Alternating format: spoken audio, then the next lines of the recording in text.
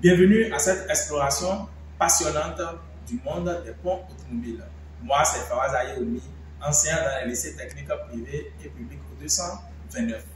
L'objectif spécifique de cette leçon sur le pont automobile est de vous fournir une compréhension approfondie sur les éléments fondamentaux liés au pont automobile. À la fin de cette vidéo, vous serez capable de décrire le fonctionnement du pont. Pour atteindre cet objectif, nous allons définir d'abord le rôle du pont, les éléments constitutifs, les différents types de ponts et enfin le fonctionnement. Le rôle d'un pont. Le pont a pour rôle de transformer le mouvement longitudinal reçu de la boîte de vitesse en un mouvement transversal. Permettre aux roues motrices de tourner à des vitesses identiques lorsque le véhicule est en ligne droite et à des vitesses différentes lorsque le véhicule roule en virage ou dans les conditions difficiles. Les éléments constitutifs du pont. Le pont est divisé en deux familles. La première famille est constituée du renvoi d'angle et la deuxième famille est constituée du différentiel. Nous allons voir les éléments constitutifs du renvoi d'angle. Le renvoi d'angle est constitué du pion d'attaque et de la couronne. Nous voici le pion d'attaque. C'est le pion d'attaque qui reçoit le mouvement depuis la boîte de vitesse ou de l'arbre de transmission et transmet son mouvement à la couronne. Et les deux sont en connexion directe. Nous le voici encore sur le banc didactique qui est ici. Nous avons le pion d'attaque qui est dans sa position et la couronne qui est en contact direct avec le pion d'attaque. Donc tout le mouvement qu'effectue le pion d'attaque est transmis directement à la couronne. Deuxième élément que l'on appelle le différentiel. Le différentiel est constitué du boîtier de deux planétaires. Et ce sont les planétaires qui transmettent le mouvement aux roues motrices. Après ça, nous avons les deux satellites. Et ces deux satellites sont montés fous sur un as. Voilà l'as qui est au milieu et les deux satellites sont là. Et les deux satellites sont montés fous sur leur as.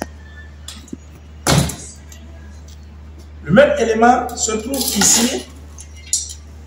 Nous voici. La couronne est montée sur le boîtier. Et à l'intérieur du boîtier, nous avons les deux planétaires et les deux satellites qui sont sur l'as. Nous allons voir maintenant les différents types de ponts. Ce pont qui est à notre disposition est utilisé pour les véhicules à propulsion. On parle de véhicules à propulsion, les deux roues qui assurent le déplacement du véhicule sont en arrière. Et lorsque tu es en face du moteur, les bougies sont alignées l'une après l'autre. On parle de moteur longitudinal. Ici, nous avons aussi un pont. Ce pont est incorporé directement à la boîte de vitesse. Ça veut dire que lorsque nous venons ici, nous avons ici l'arbre secondaire qui est là. C'est au bout de l'arbre secondaire que nous avons ce que c'est que le pion d'attaque qui est à l'intérieur. Dans ce cas, nous avons une boîte pont. On parle de boîte pont pourquoi? Parce que le pont est directement incorporé à la boîte de vitesse. Et c'est sur les véhicules à traction. À traction, ça veut dire quoi? Tous les éléments sont à l'avant et lorsque tu es en face du véhicule, le moteur est placé transversalement. Donc, nous avons l'arbre secondaire qui est dans la boîte de vitesse. Au bout de l'arbre secondaire, nous avons directement le pion d'attaque et le pion est directement en communication avec la couronne. En termes d'éléments constitutifs, nous avons aussi les satellites ici, planétaires, l'aspect satellite. Les éléments constitutifs sont identiques. Donc, quand on va vouloir faire le fonctionnement, on verra aussi que une fois que les éléments constitutifs sont identiques, le fonctionnement aussi reste identique. Le fonctionnement du pont est subdivisée en deux parties. La première partie, c'est en ligne droite et la deuxième partie, c'est en virage ou lorsque le véhicule est dans des conditions difficiles.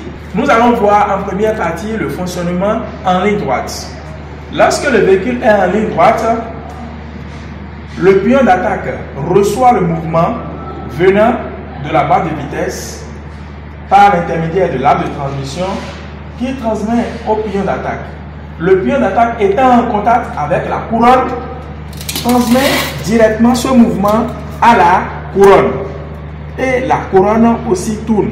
La couronne étant solidaire du boîtier, le boîtier aussi effectue exactement le même mouvement que la couronne.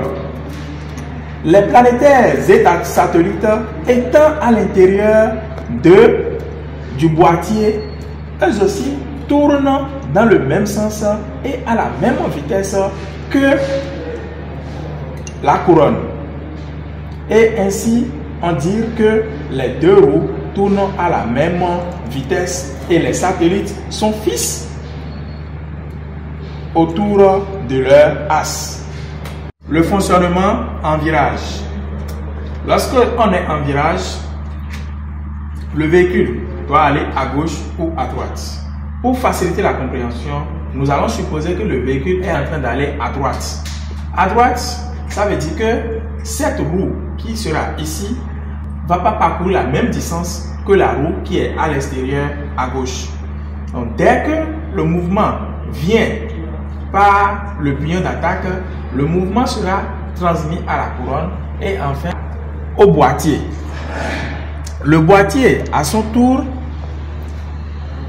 va faire tourner les planétaires.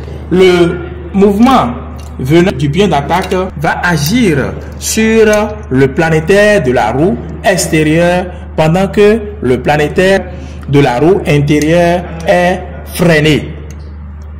Les satellites vont cette fois-ci tourner autour de leur axe.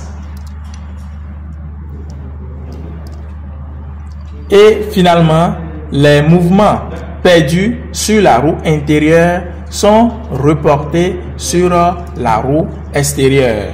Si nous devons faire un résumé sur le fonctionnement du pont, nous allons retenir que en ligne droite, les satellites et les planétaires sont fixes. Et en virage, nous allons retenir que les satellites tournent fou autour de leur axe et la roue intérieure est freinée et la roue extérieure tourne plus vite que la roue intérieure. Merci d'avoir suivi la vidéo.